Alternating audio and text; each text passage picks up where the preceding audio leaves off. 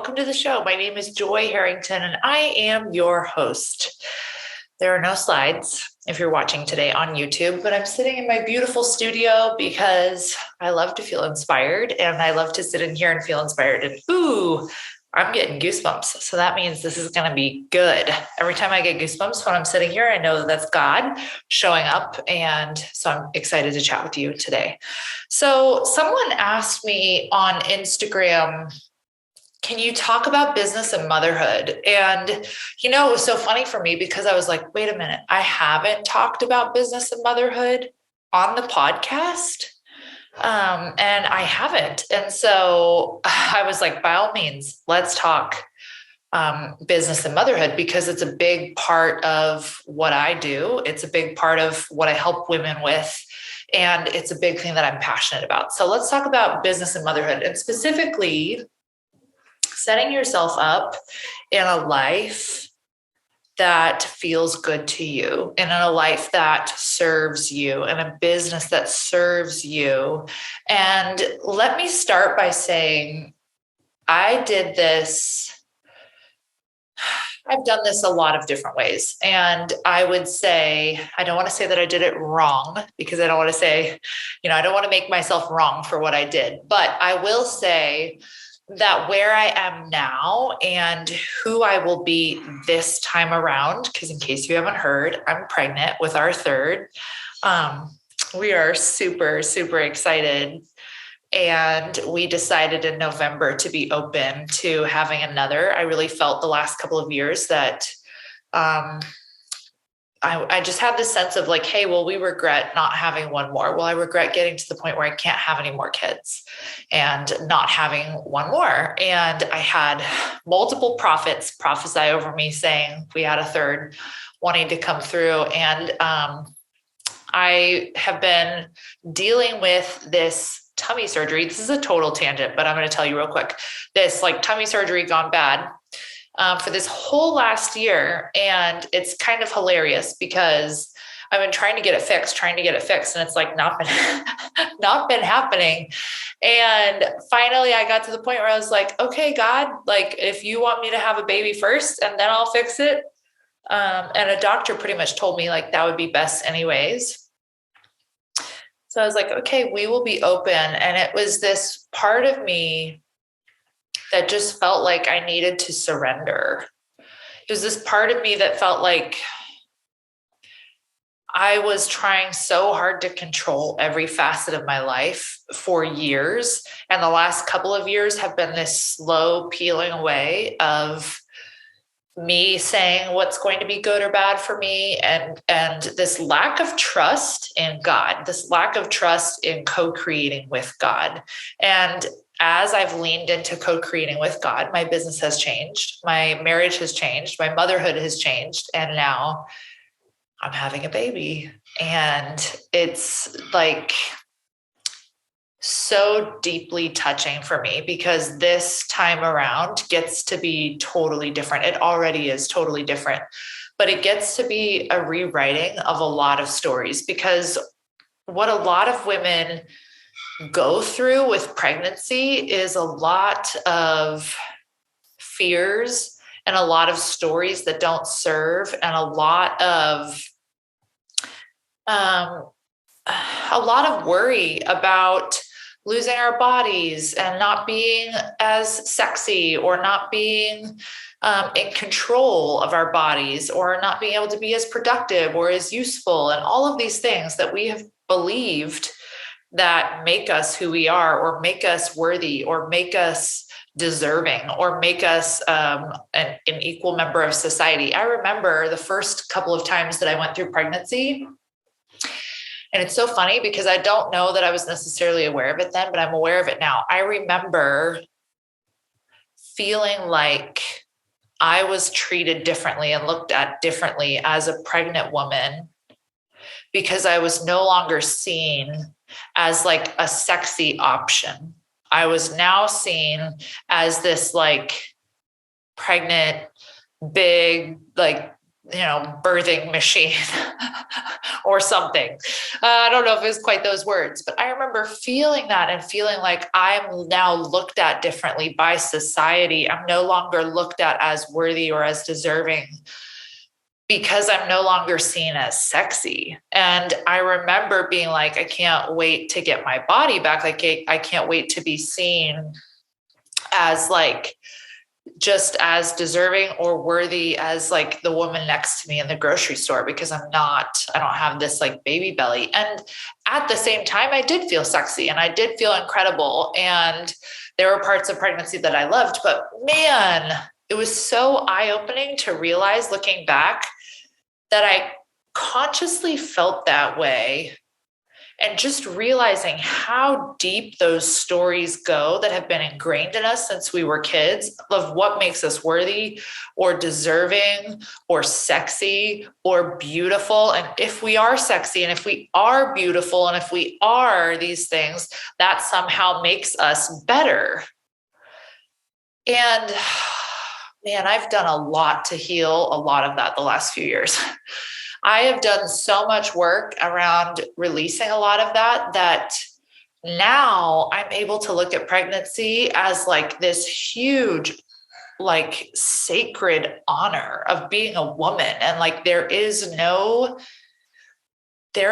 greater purpose as a woman. And there is no greater honor as a woman than to experience this process of co-creating a life and creating a life. Like we are able to do that. Men can't.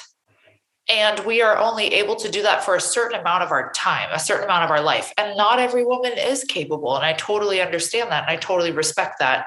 And so therefore, it makes it even more sacred to me. It makes it even more of an honor. It makes it something to be like held with reverence rather than something that's looked at as like, oh my gosh, now you're like this fat birthing machine. Do you see the difference?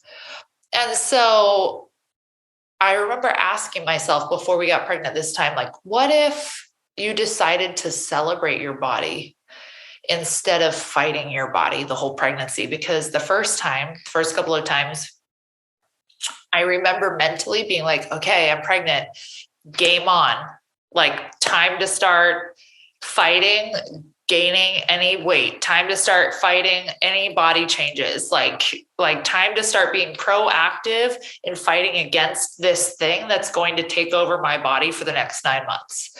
And again, I don't know that was conscious, but it was definitely this subconscious, like as soon as this starts, okay, it's like I'm getting in the game now to try to keep this from changing me too much or letting my body become not sexy, right? Whatever that was. And this time around, it's like, what if you get to celebrate your body changing? What if you get to celebrate the fact that your body can do this? What if you get to celebrate how you look and how you feel and how this is a journey and this is a process and this is like ultimate feminine creative energy? And what if you get to celebrate the fact that it's just a blip in your life and you will get this back? Like it's not your whole life. It's not forever. Like what if instead of seeing it as a bad thing, you saw it as an amazing thing that you got to be part of? Like, what if you saw this as something that you get to experience that not everyone does? Like, what if you just let yourself love it for what it is instead of focusing on what it's not or focusing on what's hard? And so right there, it's such a different experience already because I'm allowing myself to enjoy it. I'm allowing myself to savor it. I'm allowing myself to celebrate it. I'm allowing myself to be as excited as I want to be. I'm allowing myself to be as happy as I want to be, instead of letting my worry, my doubt, my fear, my expectations take that away. Because that's what worry, fear, doubt, expectations does, is they try to bring you back down. Like that's your body and your brain's way of bringing you back down from actually feeling really good about yourself and your life. We all have a thermostat. that allows us to feel good about our life to a certain point. And if we go beyond that, we will do things, we will think thoughts, we will pick fights, we will worry about things, we will criticize things as a way to bring ourselves back down. And so I'm consciously this time noticing that, and I'm leaning into raising that thermostat, and actually just letting myself be happy and love it and enjoy it and be excited and be so grateful and just in this really beautiful place. So that right there is already different, but that was a tangent. Let's go back. I started my business when Simon was almost 3. No, Simon was 3 and Scarlett had just turned 1. So he was 3.5 and she had just turned 1. And at first I did it when they were napping and I did it in the morning before they were awake. So I had a pretty good routine because I would do it in the morning before they got up, and then I would put my stuff away and I would do stuff when they were napping. But it's really hard to turn your brain off in between. So even when they were awake and stuff, I'd still be thinking about other things, or I might be checking stuff on my phone. I was doing network marketing at the time.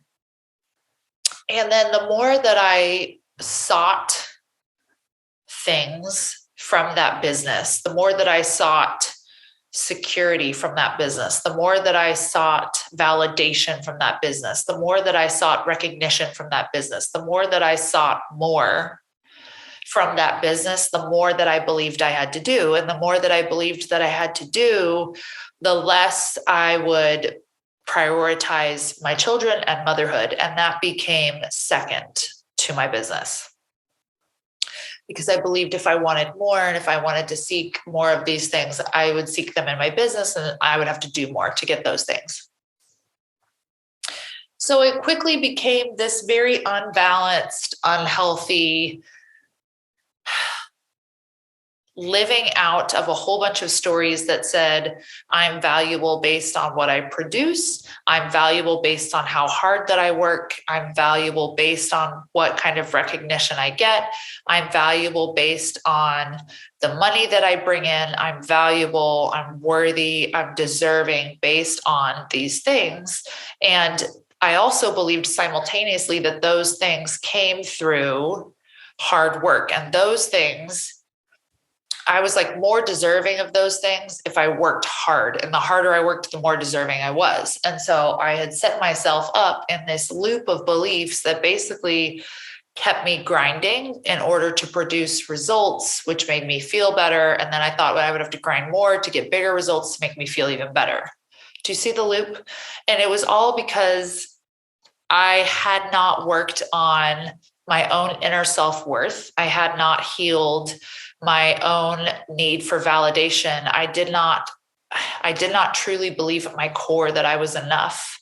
And I also was making any kind of external things be attached to what I did. So money couldn't come to me if I didn't do all of these things. Money couldn't come to me if I didn't work harder. Results couldn't come to me. People couldn't come to me if I didn't constantly show up, if I didn't constantly do all these things, if I didn't launch the perfect way, if I didn't sell every month the same way that everybody else did, if I didn't shoot for these high numbers, if I didn't send 50 DMs a day, right? Like whatever it was, I was believing that I couldn't have these things unless I did all of them.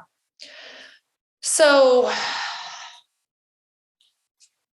it got me in this really unhealthy, trapped loop that had me working more to eke out a little bit more results. And it kept me in between a constant state of frustration in my business because I wanted more, and then mom guilt because I was not putting my kids first. And I knew that deep down.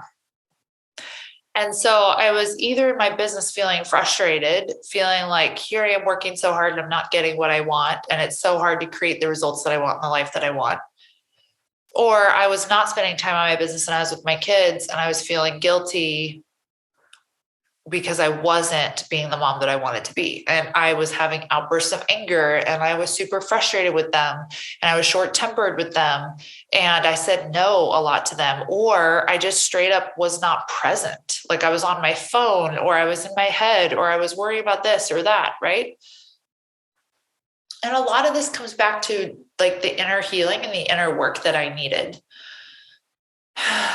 to regulate like my nervous system, to change my self-worth, and to even give myself the freedom to choose to believe differently. Because none of these things were ultimate truth. None of these things were ultimate truth because they weren't true for everyone. So it wasn't true for everyone that they had to work harder to get harder results. It wasn't true for everyone in the world that they had to sacrifice their family in order to make money. It wasn't true for everyone in the world that money could only come one way, right? So if it wasn't true for everyone in the world, then it wasn't ultimate truth. But I had been programmed based on, how I grew up, things, beliefs that I took on, that money came really hard, and that money required a lot of hard work, and that if you didn't work hard for it, you weren't worthy, and different things like that. So anyways, what I would say to people having a baby now is to heal those parts of you. Heal those parts of you that don't feel that you are worthy or deserving if you're not producing. Heal those beliefs that say that you're not worthy or deserving or going to be okay or can make money or can have results or can even have it all. Like heal those parts of you that believe that you're limited. Heal those parts of you that believe that you have to choose. Heal those parts of you that believe you can't be a good mom and make massive amounts of money. Heal those parts of you that believe that in order to make massive amounts of money, you're going to have to spend all this time in your business. Heal those parts of you that believe you're going to have to do it all alone. Heal those parts of you that believe that having a baby will be really hard. Like heal all of those beliefs that come up. Because if you're thinking about having a baby, if you have a baby and you have a business, you have a lot of beliefs that are running the show and that are dictating your reality right now, right? We all create our reality based on our beliefs.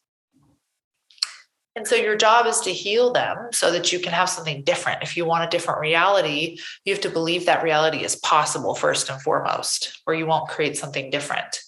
And so the question isn't always, what do I want? The question is, what's the limiting belief about what I want? And how can I do my work to heal that?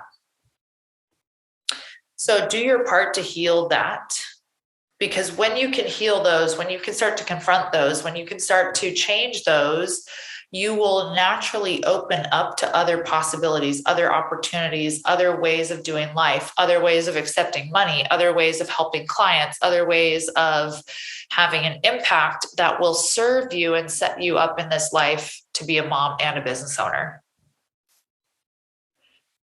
Right now, your current beliefs aren't going to set you up to serve you in that. So it's changing those beliefs in order to set you up. So you can start by asking yourself, how do I want to feel? How do I want to feel when I'm a mom? How do I want to feel in my life and my business? How do I want to feel as a mom? How do I want to feel as a wife? How do I want to feel as a business owner? And focus on the feeling first and foremost. And then based on the feeling, you can let yourself start saying, okay, if I was in that life, what would I want my schedule to look like? What would I want the income to look like? How would I want to spend my time? Who would I want to be in meetings with? Like, how often would I want to be in meetings? How much would I want to be mom? What do I actually want? And let yourself actually want what you want. So for example, what I want this time is sleep. So we're going to hire a night nanny, and I'm totally great with that because I know that I actually want that. Whereas before I would have told myself that that's selfish, or I would have mom guilt about that, about not being with the baby at night, things like that. And this time around, I trust myself and my desires, and I don't guilt myself over my desires. I let myself own them. And that could be a part of what's playing into you and your story too, is what are your desires and what's the guilt that's coming up around your desires? Because that will also point to a limiting belief.